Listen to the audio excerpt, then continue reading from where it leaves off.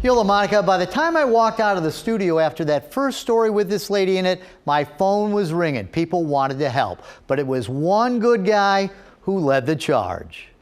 Meet a contractor hero who's fixing the wrongs caused by a couple of contractor zeros. You know, it's sad that, people take advantage of our elderly. His name is Tim Clark, and Tim and his crew are sawing, measuring, painting, and donating to build a brand new kitchen for a lady who was done wrong. He's a great guy. All his people are great, and I really, really appreciate them. A few months ago, Tim saw my story on Francine, a lady who'd paid Hat Construction more than 10 grand to tear out her old kitchen and build her a new one. Well, they did the tearing out part and bailed. So how long have you been living like this?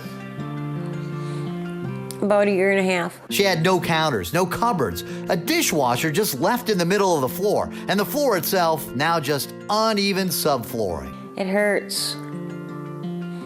It hurts. I've been put in the hospital for a long period of time, twice already, because of the floor. Yeah, I ripped off people years ago. I don't do that now. That's not my game. The bad guy is Ballard, Darren Ballard. I first put him in the Hall of Shame last summer when Michelle, a lady from Dearborn Heights, hired a company run by Darren's wife Carolyn called Hat Construction. She says Darren took several $1,000s from her and kept stalling. Plus, he did a bunch of cringe-worthy things like come to her home unannounced and walked right in. Hello. Michelle got a bad feeling. Looked online and I saw that he had a record. And he's got a big record. Oh, huge. He's 23 pages. Darren Ballard is a habitual offender with tons of felonies and misdemeanors. Soon I was hearing from more victims of Hat Construction, like Steve, who gave the Ballards more than 10 grand and ended up living under tarps after Darren ripped off his siding and never came back. I'm getting an ulcer already. I'm not even kidding you. Marlene, who hired Darren to put in a bathroom, he never finished. So you took him to court and you won a judgment for how much?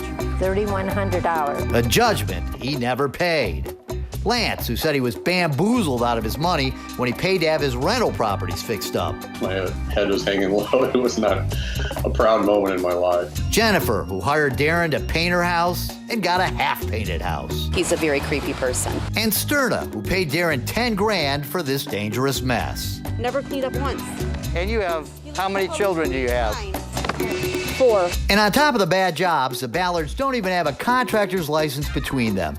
Carolyn Ballard knew she and her convict husband were busted the minute I approached them. I've seen this a million times. As soon as I saw you, I was like, oh crap. But that didn't stop her from talking. I understand your issue with his felonies, but if you look at my record and me being the owner of the company, and yeah, I'm young, maybe I didn't know I had to have a license. This Ballard proved to be a blabbermouth. So why don't you get a contractor's license? I don't exactly know how to go about that. I'm new to this, you know what I mean? I've only had this company for 3 years. In January, Darren and Carolyn Ballard were arrested by Detective Merzwinski of Warren PD on one felony count of taking money under false pretenses, one misdemeanor count of false pretenses, and one count of being contractors without licenses. They've pled not guilty. And one of those charges stems from the job they started yet never completed at Francine's house. But thanks to Tim Clark of Clark Construction in Clinton Township, Francine's finally getting the work she paid the Ballards for almost 2 years ago done for free by real, licensed, insured, professional tradespeople. Has your faith in humanity come back a little bit?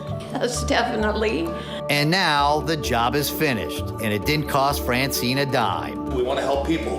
We've been fortunate enough to be successful, and we want to give back to our community. I think that's what we're all supposed to do. Yeah. So we were able to do that, and I think it turned out great. Tim ran the show, but lots of people who saw Francine's story pitched in. Carpet guys did the floor. As usual, Joe comes through. Thanks to Tom Fisher and KSI, they were the ones that stepped in and donated the cabinetry.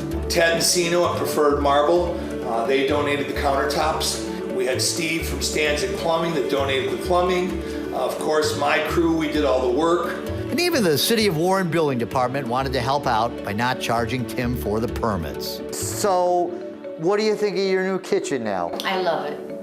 And what do you think about Tim? I love him too. Now, I always tell people that want to donate their time, materials, and services to fix up houses after bad contractors have been there, be ready. This might set you back a little more than you think. And in this case, the damage done was pretty extensive. It took a lot longer, well, a little bit longer than expected, but Tim Clark got it done, and everyone is happy, especially Francine. So, good news.